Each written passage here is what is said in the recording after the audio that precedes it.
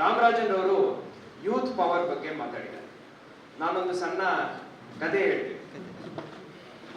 ನಾನು ಕಾಲೇಜಲ್ಲಿ ಇದ್ದಾಗ, ಇದು ಇನ್ಸ್ಪೈರಿಂಗ್ ಸ್ಟೋರಿ ಅಲ್ಲ, ಬಹಳ ಡಿಪ್ರೆಸಿಂಗ್ ಸ್ಟೋರಿ, ಆದ್ರೆ ಇದರಿಂದ ಇನ್ಸ್ಪಿರೇಷನ್ ತಗೋಬಹುದು.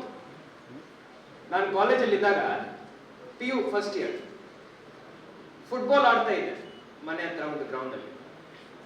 ಬೆಂಗಳೂರಿಂದ ನನ್ನ ಫ್ರೆಂಡ್ ಒಬ್ಬನು ಬಂದಿದೆ ಹೈದರಾಬಾದ್, ನಂದು ಮೂಲತಃ ಹೈದರಾಬಾದ್. ಅಲ್ಲಿ ಬಂದು ನಾವೆಲ್ಲರೂ ಫುಟ್ಬಾಲ್ ಆಡ್ತಾ ಇದ್ದೀವಿ. ಅವ್ನು ಬಂದ್ಬಿಟ್ಟು ಪಕ್ಕದಲ್ಲಿ ಕೂತ್ಕೊಂಡು ಆರಾಮಾಗಿ ಏನೋ ಸ್ಮೋಕ್ ಮಾಡ್ತಾ ಇದ್ದಾರೆ. ಪಕ್ಕ ಪಕ್ಕ ಪಕ್ಕ ಏನ್ರಿ ಇಷ್ಟು ಏನ್ರಿ ಯಾರ್ರಿ ಅವನು ಅಂತ. ಬ್ಯಾಂಗ್ಳೂರ್ ಹುಡುಗ, ನಾವು ಹೈದರಾಬಾದ್, ಅವರು ಬೆಂಗಳೂರಿಂದ ಬಂದಿದ್ದಾರೆ. ಸೊ ನಾನು ಹೇಳಿದ್ದೆ, ನನ್ನ ಫ್ರೆಂಡ್ ಆಕ್ಚುಲಿ ದೂರದ ಕಸಿನ್ ಬ್ರದರ್ ಬಂದಿದ್ದಾನೆ, ಏನ್ರಿ ಅಷ್ಟು ಕೂಲ್ ಕಾಣ್ತಾ ಇದ್ದಾನೆ, ಎಲ್ಲ ಸ್ನೀಕರ್ ಶೂಸ್ ಜಾಕೆಟ್ ಗಿಕೆಟ್ ಹಾಕೊಂಡು ಪಕ್ ಪಕ್. ಎಷ್ಟು ಜನ ಆ ಸೀನ್ ನೋಡಿ ಇನ್ಸ್ಪೈರ್ ಆಗಿದ್ದಾರೆ ಅಂದ್ರೆ ಅವಾಗ ಹೇಳಲಿಕ್ಕೆ ಆಗಲ್ಲ. ಆದ್ರೆ ಆವಾಗ ಹೈದರಾಬಾದಲ್ಲಿ ಅಷ್ಟು ಕಲ್ಚರ್ ಇರಲಿಲ್ಲ. ಈಗ ಹೈದರಾಬಾದಲ್ಲಿನೂ ಆ ಕಲ್ಚರ್ ಬಂದ್ಬಿಟ್ಟಿದೆ. ಆವಾಗ ಒಳಗಡೆಯಿಂದ ಏನೋ ಒಂದು ಭಯ ಇತ್ತು.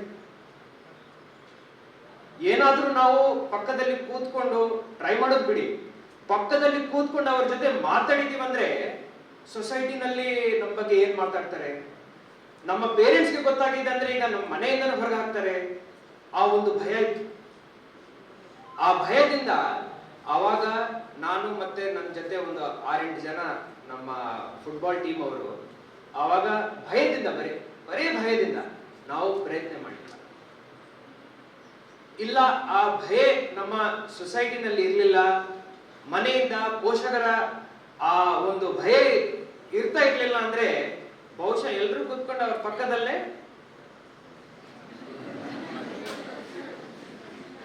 I am so happy that ನನ್ನ ಯಂಗ್ ಏಜ್ ನಲ್ಲಿ ಹೈದರಾಬಾದಲ್ಲಿ ಆ ಕಲ್ಚರ್ ಇರಲಿಲ್ಲ.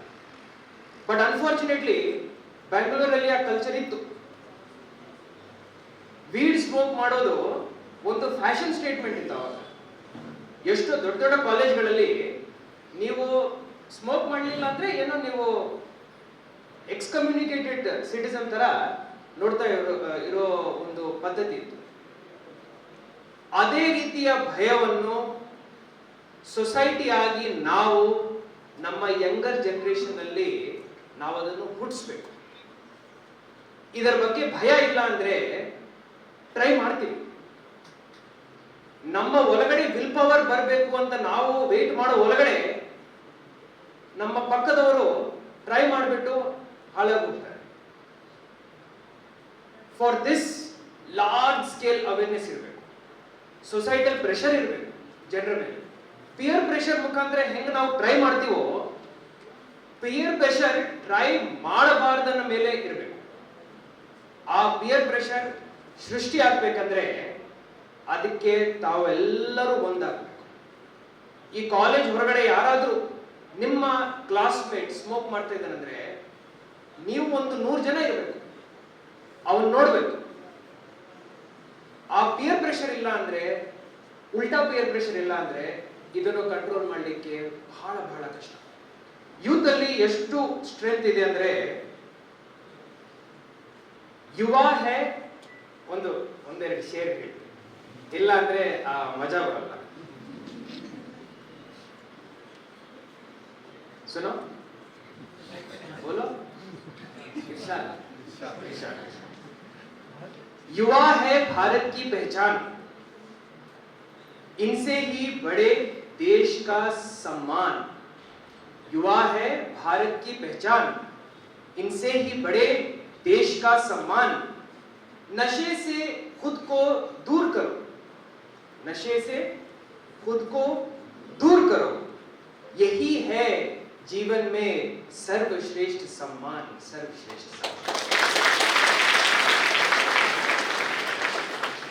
लास्ट पॉइंट ಹೇಳಿ ಮುಗಿಸ್ತೇನೆ. ಆ ಫಸ್ಟ್ ಟ್ರಯಲ್ ಇರುತ್ತಲ್ವಾ, ಬಹಳ ಡೇಂಜರಸ್ ಟ್ರಯಲ್. ಯಾವಾಗಲೂ ಒಂದು ಫ್ಲಾಕ್ ಆಫ್ ಶೀಪ್ ಇದ್ದಾಗ ಕುರಿ ಮೇಕೆ ಒಂದು ಫ್ಲಾಕ್ ಆಫ್ ಶೀಪ್ ಇದ್ದಾಗ ವುಲ್ಫ್ ಅಟ್ಯಾಕ್ ಮಾಡೋದು ಯಾರನ್ನು?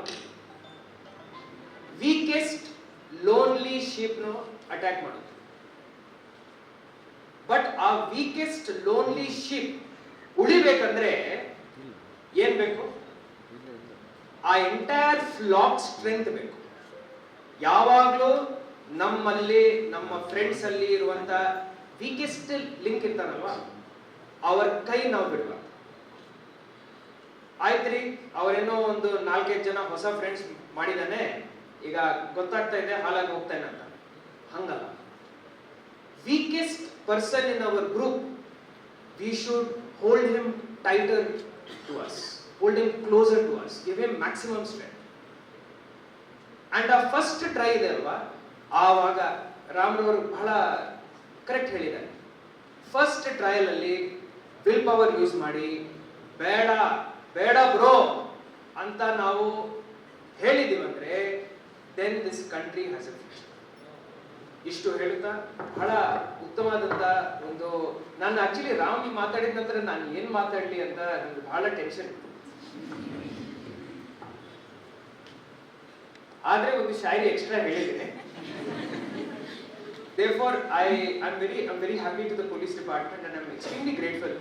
ನಮ್ಮ ಡಿಸ್ಟ್ರಿಕ್ಟ್ ಮಿನಿಸ್ಟರ್, ವೈಸ್ ಚಾನ್ಸಲರ್ ಸಾಹೇಬರು, MLA ಸಾಹೇಬರು ಹಾಗೂ ನೀವೆಲ್ಲರೂ ಇಲ್ಲಿ ಬಂದಿದ್ದೀರಾ.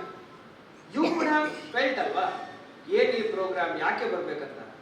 But you sitting here for 1 hour is the first step towards a commitment towards drug-free India.